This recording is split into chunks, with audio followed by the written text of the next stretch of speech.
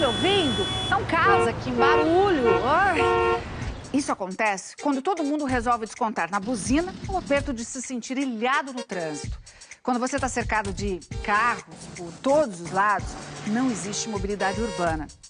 Como será que a gente pode desatar esse nó no trânsito? Talvez se tivesse aqui uma ciclovia para esse motorista ir para a academia de bike e não de carro. E se as pessoas que estão dentro desse outro carro aqui fossem para a faculdade de ônibus?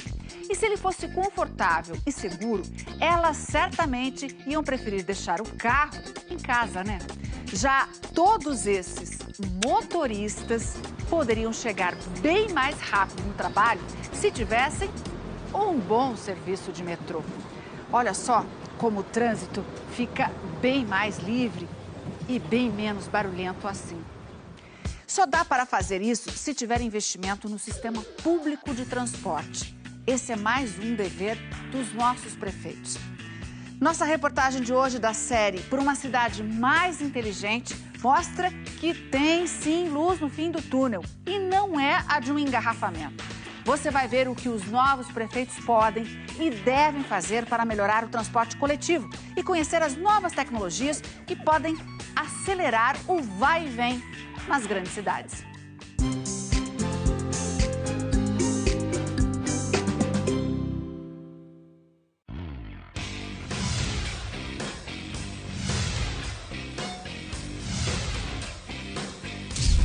Que o brasileiro é apaixonado por carro, a gente já está cansado de saber.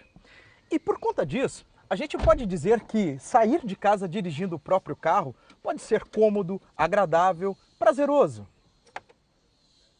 Prazeroso?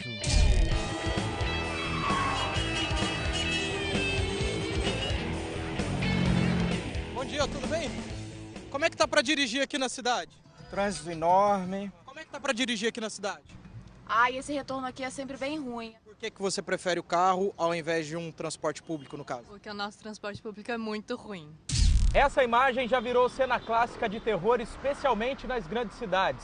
Trânsito parado, pessoas impacientes querendo chegar a algum lugar, e isso provavelmente vai acontecer. Só que com uma certa demora. Tempo é preciosidade no dia a dia das pessoas. E quando se perde essa preciosidade assim, no trânsito parado, surgem várias perguntas. Uma delas é: como a prefeitura pode melhorar essa situação, o vai e vem das pessoas, sem parar ainda mais a cidade? O professor do Programa de Engenharia de Transportes da Universidade Federal do Rio aponta um rumo, mas fique sabendo, o carro não escapa dessa conversa. É muito difícil, em muitos casos impossível, você administrar a mobilidade ou o movimento de uma cidade onde cada vez mais você dá acesso ao veículo particular, que em termos de eficiência energética, em termos de eficiência de ocupação desse espaço, é um veículo que talvez seja o menos interessante para a melhoria da mobilidade na cidade. Não existe obra que dê conta de fazer mais carros se apertarem nas pistas. Mas a conta pode voltar a fechar.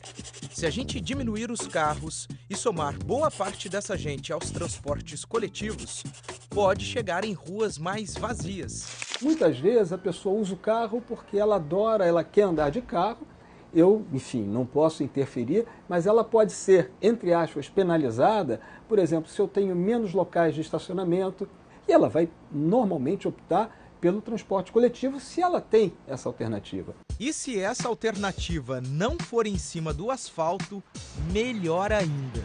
O sistema de metrô, para uma grande cidade, ele é uma ótima solução.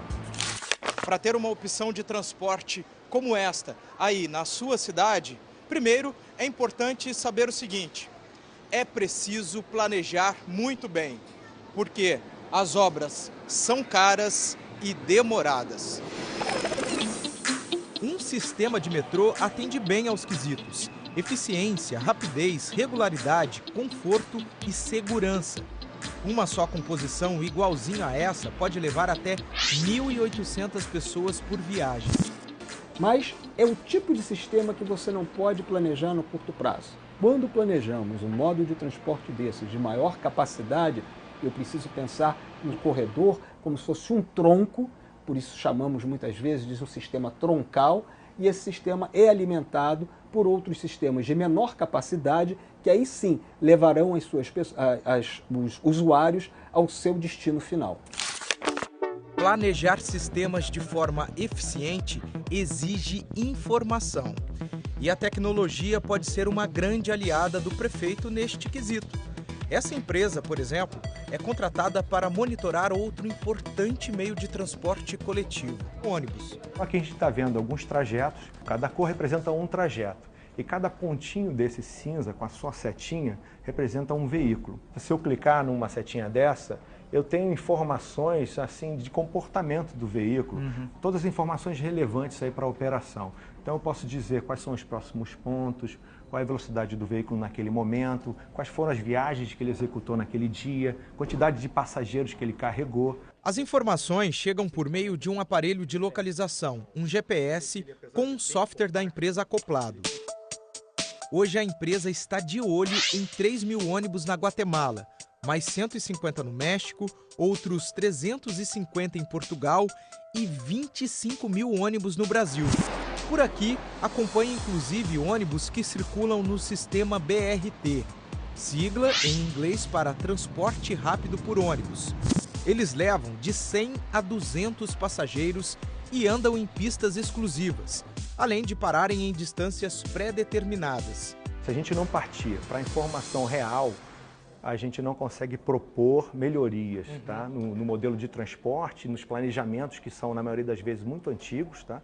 E a gente não consegue pensar em algo melhor sem ter informação real, comprovada.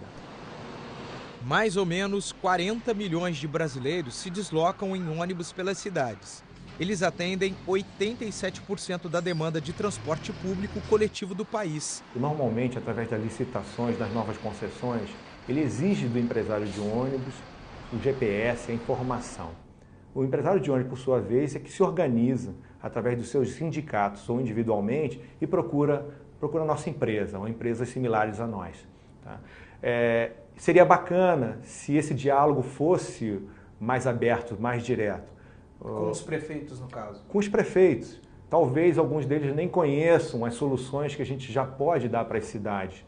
Informações detalhadas podem ser usadas pelo prefeito para cobrar eficiência e qualidade das empresas de ônibus. No final das contas, você gerar a credibilidade para o sistema, a confiança do passageiro com o que é proposto para ele, com o que é oferecido para ele, porque só assim a gente consegue mudar o comportamento daquele usuário potencial do ônibus, daquele que tem carro. Ele tem que ter a confiança no sistema para ele largar o conforto do carro dele em casa e poder usufruir do transporte coletivo. Então, caneta e papel na mão, menos transporte individual e mais transporte coletivo pode ser bem menos estresse na hora de circular pela cidade. Mas essa conta só fecha se no transporte coletivo for acrescentado investimento para que ele seja de qualidade. E é o que já prevê o Plano Nacional de Mobilidade Urbana, que existe desde 2012. Ele cobra que os municípios criem seus próprios planejamentos para melhorar a circulação de pessoas e veículos e determina que a população seja consultada e tenha acesso às planilhas de orçamentos e gastos. Entre as metas do plano estão a ampliação do transporte público, a redução de emissões de poluentes e a redução de acidentes de trânsito.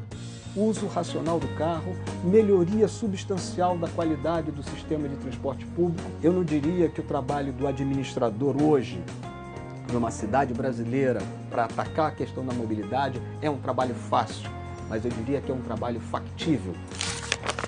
Então, se informe. Por uma cidade mais inteligente, vote consciente.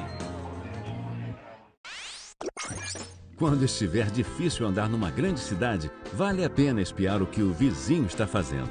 Em Bogotá, na Colômbia, a prefeitura desembolou as ruas da capital com uma solução 100% brasileira, os BRTs. São mais de 10 linhas, cerca de 2.000 ônibus e quase 140 estações.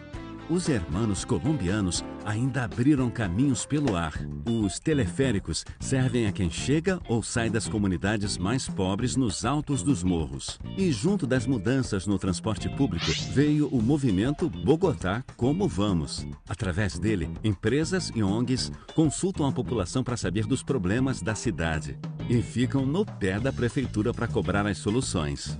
Tá aí a nossa vez de dar uma espiada, não?